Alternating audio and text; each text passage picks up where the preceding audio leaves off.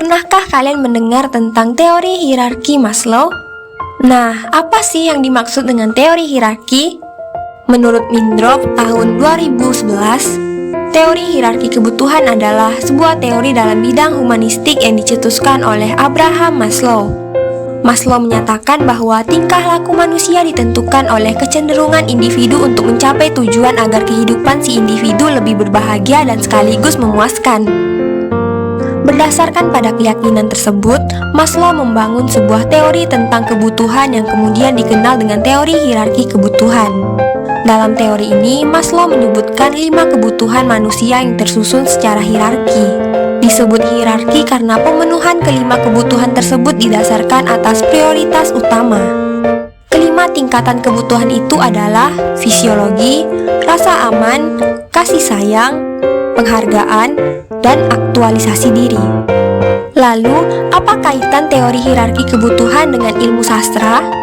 Teori hierarki adalah teori pada disiplin ilmu humanistik yang bersangkutan langsung dengan filsafat dan kehidupan manusia sebagai motivasi dan acuan tertentu. Sedangkan sastra sendiri sudah pasti tidak akan lepas dari unsur manusia di dalamnya, terutama pada karya sastra berupa narasi seperti novel, roman, cerpen, dan sejenisnya. Unsur manusia yang digambarkan dalam suatu karya tertentu berdasarkan pada kehidupan nyata dan kondisi asli manusia sebenarnya. Untuk itu, karya sastra dan teori hierarki kebutuhan berkaitan demi penggambaran suatu karakter yang baik dalam suatu karya. Sekarang, kita akan menganalisis kumpulan cerpen berjudul 9 dari Nadira karya Leila Salika Chudori. Karya fiksi yang berjudul 9 dari Nadira sebenarnya merupakan kumpulan cerpen yang setiap cerpennya memiliki kesamaan tokoh utama sehingga seperti sebuah novel utuh, menyambung menjadi satu cerita yang terpenggal-penggal bagaikan puzzle. Meskipun pengarang menyatakan bahwa 9 dari Nadira merupakan kumpulan cerpen, namun hanya menceritakan kegelisahan seorang tokoh sentral Nadira dalam menjalani kehidupannya. Dari penjelasan teori hierarki tadi terdapat 5 kebutuhan. Yang pertama yaitu kebutuhan fisiologi. Kebutuhan fisiologi adalah kebutuhan dasar manusia yang terletak di tingkatan paling dasar. Kebutuhan fisiologi sendiri terdiri dari kebutuhan primer manusia seperti kebutuhan makanan, minuman, tempat tinggal, dan pakaian. Dalam cerpen ini, kebutuhan fisiologis ini tidak terlalu ditonjolkan, tapi dapat kita lihat bahwa kebutuhan ini terpenuhi. Karena Nadira dilahirkan dari keluarga berpendidikan, dapat kita simpulkan bahwa jika untuk pendidikan saja mampu, tentu untuk kebutuhan makanan, minuman, tempat tinggal, dan sebagainya pasti juga terpenuhi. Lalu yang kedua, kebutuhan rasa aman. Jika kebutuhan dasar terpenuhi, maka kebutuhan selanjutnya adalah kebutuhan rasa aman. Kebutuhan ini meliputi rasa aman fisik dan emosi dari bahaya yang mengancam. Pada awal cerita, memang terlihat pada kebutuhan rasa aman Nadira terpenuhi. Namun, setelah kematian ibunya, Nadira sudah tidak lagi tinggal di rumah orang tuanya. Nadira lebih memilih untuk tidur di kolong meja kerjanya. Nadira merasa mendapatkan tekanan batin yang kuat jika dirinya tetap tinggal di rumah keluarganya, tempat di mana ibunya ditemukan tewas bunuh diri di pagi hari. Maka dari itu, kematian ibunya yang mendadak ini mempengaruhi kebutuhan rasa amannya. Lalu yang ketiga, kebutuhan sosial.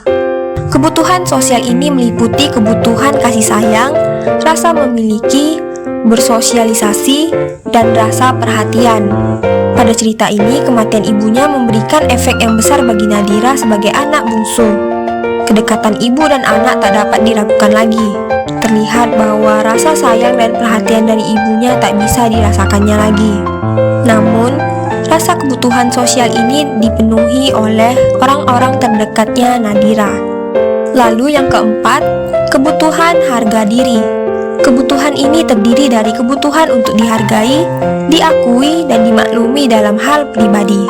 Kebutuhan ini muncul setelah terpenuhi kebutuhan sosial. Seiring berjalannya waktu, dengan banyaknya proses perubahan yang terjadi dalam diri Nadira, didapati bahwa kebutuhan harga diri ini dipenuhi melalui orang-orang terdekat Nadira. Kebutuhan aktualisasi diri. Kebutuhan ini adalah kebutuhan terakhir setelah semua terpenuhi.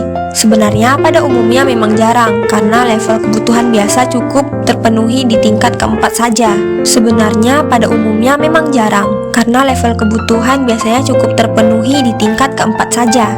Karena aktualisasi diri ini artinya kebutuhan untuk memaksimalkan potensi untuk menjadi apa yang diinginkan, lebih kepada mengembangkan diri menjadi lebih baik. Ketika Nadira mulai bangkit dari keterpurukannya dan menyadari akan potensi yang dimilikinya, serta mengembalikan hidupnya yang pernah berantakan karena segala tragedi yang selalu melingkupi hidupnya. Nah, itulah 5 tingkatan kebutuhan manusia berdasarkan teori hierarki kebutuhan dari Abraham Maslow pada cerpen berjudul 9 dari Nadira. Baik, sekian dulu pembahasan materi mengenai teori hierarki ini. Mohon maaf jika ada kesalahan. Saya ucapkan terima kasih dan sampai jumpa di pembahasan selanjutnya.